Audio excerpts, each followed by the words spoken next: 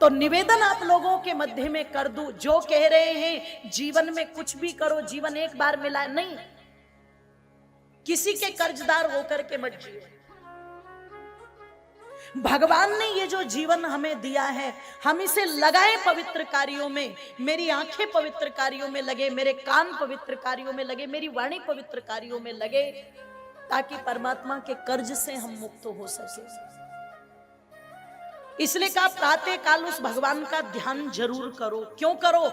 जो प्रातः काल ध्यान करोगे उसका प्रभाव शाम तक रहता है, और जो शाम को ध्यान करोगे उसका प्रभाव अगले दिन सुबह से रहता है। दो बेलाएं होती हैं। अब आप चिंतन करना, विचार करना, इस दो समय में भी हमारे अंदर इतना आलस, इतना प्रमाद आ गया कि इस दो समय में भी हम ये कहते हैं हमें तो जहर खाने तक की भी फुर्सत नहीं। वहीं दूसरे लोग दो दो बार नहीं, तीन तीन बार नहीं, चार चार बार नहीं, पांच पांच बार मस्जिद में जाकर के नमाज पढ़ रहे हैं, और दिन में पांच पांच बार वो कह रहे हैं अल्लाह को छोड़ करके दूसरा कोई भी संसार में इबादत के योग्य नहीं है। पांच बार बोल रहे हैं वो। उनके 4 साल के बच्चे से लेकर के 80 साल के बूढ़े तक को पता है कि जुमे के दिन उन्हें क्या पहन करके और कहां जाना है। पता है कि नहीं पता है? बोलो। अच्छा, तुम्हारे बच्चों को पता है क्या? है जी, आपके बच्चों को पता है उसे सोमवार के दिन कहां जाना है, उसे मंगलवार के दिन कहां जाना है, उसे बुधवार के दिन कहां जाना है, उसे रविवार के दिन कहां जाना है? आपके बच्चों को पता ही नहीं कहां जाना है, क्या पहन करके जाना है। कई बार तो जो मेरी बहनें हैं मंदिरों में ऐसे अभद्र कपड़े पहन करके चली गई कि मंदिर के बाहर बोर्ड लगाना पड़ गया कि कृपया ये अभद्र वस्त्र पहन करके मंदिर में प्रवेश ना करें। हमें पता ही नहीं है क्या पहनना, क्या खाना, कहां जाना, हमें पता ही नहीं है।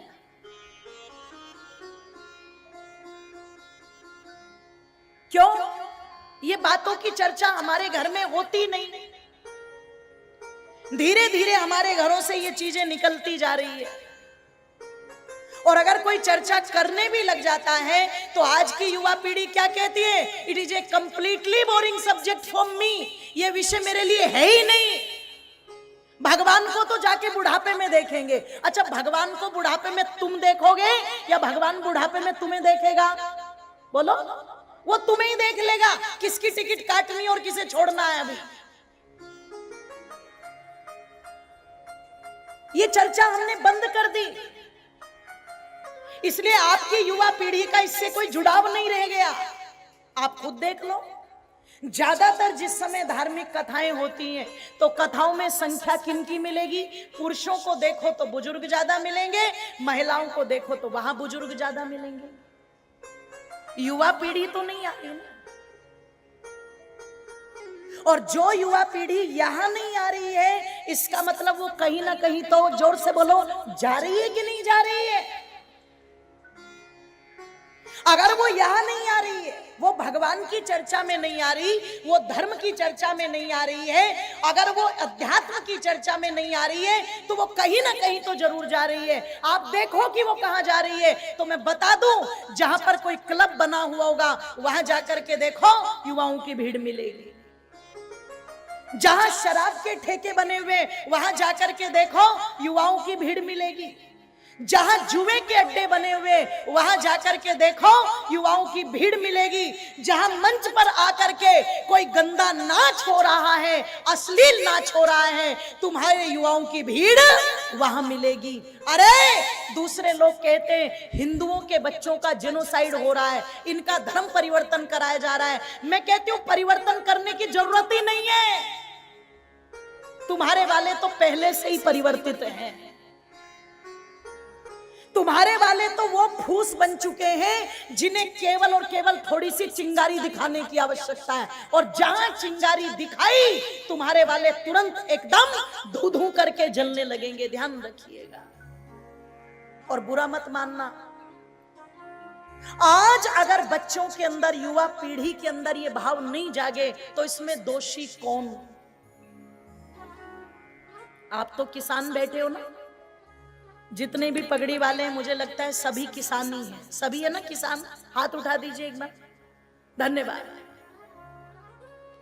आप तो किसान हैं, आप तो अच्छी तरह से जानते हैं कि जब आप किसी खेत के अंदर फसल बोते हैं, आपने मूंगफली बोई, आपने बाजरी बोई, आपने मक्का बोया, या आपने धान बोई, या जो भी आपके यहां पर फसलें होती है क्षेत्र में, आप जब भी कोई फसल खेत के अंदर बोते हैं तो आप इस बात को बहुत अच्छे से अपने ज़हन में रखते हैं, अपने ध्यान में रखते हैं, अच्छा बीज डालूं।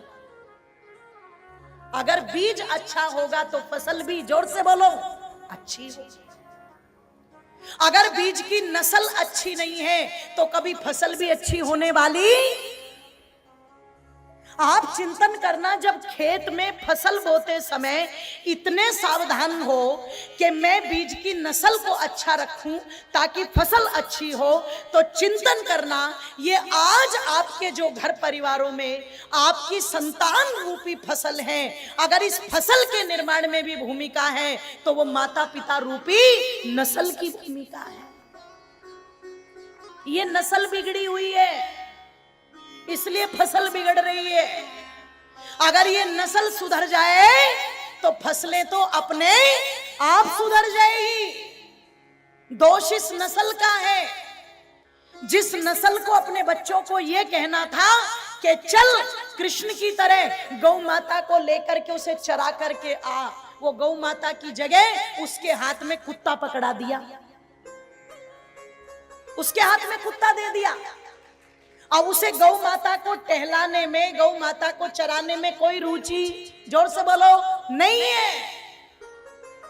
उसे गौ माता की सेवा करने में शर्म आती है, उसे गौ माता को चारा डालने में, जोर से बोलो, शर्म आती है। उसे खेत से चारा काटने में शर्म आती है, उसे खेती के काम करने में शर्म आती है। पर कुत्ते की रस्सी पकड़ करके कुत्ते को घुमाते हुए से गर्व की अनुभूति होती है। इससे बड़ा दुर्भाग्य और क्या होगा? इससे बड़ा दुर्भाग्य और क्या होगा? ये तो सबसे बड़ा दुर्भाग्य है। हमने ही तो गौ माता को बाहर किया ना। नहीं तो भारत की संस्कृति वो थी कि गौ माता घर के अंदर पलती थी, उससे द्वेष नहीं था, उससे नफरत नहीं थी, उससे प्यार था। इतना प्यार था, इतना प्यार था कि जब भी व्यक्ति आसपास से निकला तो उस गौ माता के शरीर पर हाथ फेरता हुआ निकलता था, उस गौ माता की गर्दन पर हाथ फेरता हुआ निकलता था। और एक बात बताना मुझे भैसाना वालों, जब भी उस गौ माता की गर्दन पर कोई हाथ फेरता है, अच्छा गौ माता अपना मुंह कैसे कर लेती है? जोर से बोलो, ऊपर की तरफ। कराना आपने कभी? मैं जब भी अपने घर में जाती हूं और मैं जब भी अपनी गाय के पास जाती हूं तो मैं उसकी गर्दन पर हाथ घुमाती हूं, वो तुरंत मुंह पर कर लेती है। और ये केवल वहां की गाय नहीं, सब जगह की गाय तुरंत। अब किसी ने कहा ये ऊपर इसलिए कर रही है कि इसे बिल्कुल आनंद आ रहा है, और खुजा दो, और खुजा दो, और हाथ घुमा दो। मैंने कहा सुन, गौ माता के विज्ञान को तुम समझ ही नहीं पाए। तुमने इस गौ माता को केवल पशु मान लिया, इसलिए तुम सोचते हो पशुओं जैसा व्यवहार है। पर सुन, हमारे शास्त्रों में इसको पशु नहीं कहा गया। पशु तो वो होता है, पश्यति इति पशु, जो देख करके कार्य करे वो पशु है। पर हमारे शास्त्रों में इसको पशु नहीं माना, इसको माँ माना। और जानते हो माँ क्या करती है? माँ की थोड़ी सी सेवा करो, वो तुरंत अपने बच्चों को आशीर्वाद देना शुरू कर देती है। थोड़ी सी सेवा में ये गौ भी माँ है। अरे जब तुम इसके ऊपर हाथ घुमाते हो, मानो ये अपनी गर्दन ऊपर करके सीधे परमात्मा से तुम्हारे लिए कहती हो, ये जो मेरी गर्दन पर हाथ घुमा रहा है ना, ये जो मेरी सेवा कर रहा है ना, ये मुझे मामा कह के जो मेरे पास आ रहा है ना, भगवान इसे कभी भी किसी रूप में कमजोर मत करना। इसका हमेशा कल्याण करना, इसका हमेशा भला करना, वो माँ है। वो आशीर्वाद के लिए भगवान से प्रार्थना करती है, इसीलिए तो वो माँ है।